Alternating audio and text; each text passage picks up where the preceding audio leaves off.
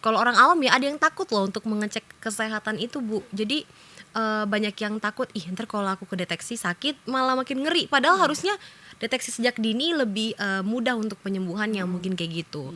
Nah, oke Bu, kalau ini kan program dari pemerintah ya. Iya. Nah, itu sudah sejak kapan sih dicanangkan program ini?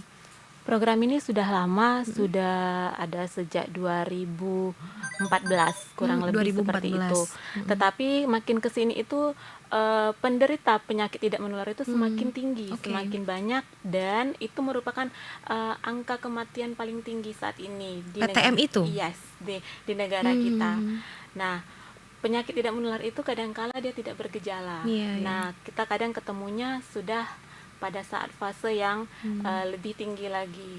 Sementara itu bisa dicegah karena itu tergantung dari pola hidup. Penyakit tidak menular ini dia itu tidak menular, tidak berpindah dari antara orang yang satu ke orang yang lain, tetapi dia merupakan penyakit kronis, Mbak, yaitu jangka panjang dan degeneratif, artinya menurun. Oke. Nah, seperti itu. Jadi kita itu sasarannya itu bukan hanya orang yang beresiko, tetapi orang yang sehat mulai dari usia 15 tahun ke atas. Oke. Jadi kalau kita ngomongin soal screening ya atau mendeteksi sejak dini, sebenarnya di usia berapa sih kita bisa mendeteksi hal tersebut gitu? Kalau kita, program kita dari 15 tahun ke 15 atas. tahun. Jadi itu kita ada 3 kategori, yaitu populasi sehat. Populasi sehat itu yang memang tidak ada penyakit sama sekali. Yang kedua, populasi beresiko. Populasi beresiko ini yaitu orang yang mempunyai resiko untuk menderita penyakit tidak menular itu, seperti ada anggota keluarga Keturunan atau orang tua gitu ya?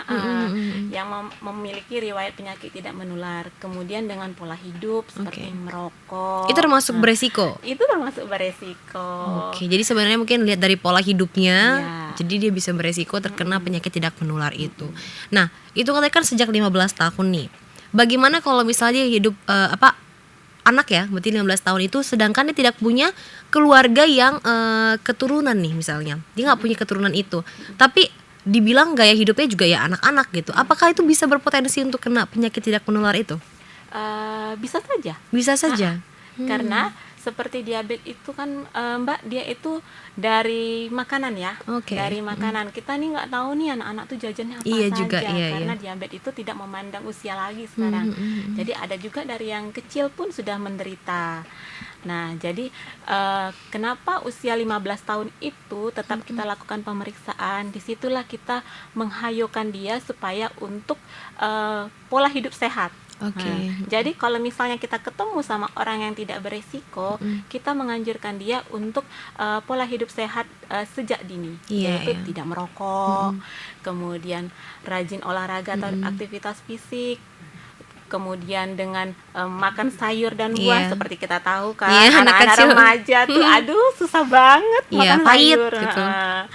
Kemudian kita tuh ada slogannya, Mbak, untuk ini, cerdik. Jadi cerdik itu cek kesehatan secara berkala. Kemudian E-nya enyahkan asap rokok. Enyahkan asap rokok. Kemudian yang R-nya rajin olahraga ataupun aktivitas fisik. Kemudian yang D-nya diet seimbang. Diet seimbang. Yang I-nya itu istirahat yang cukup, dan K-nya itu kelola stres.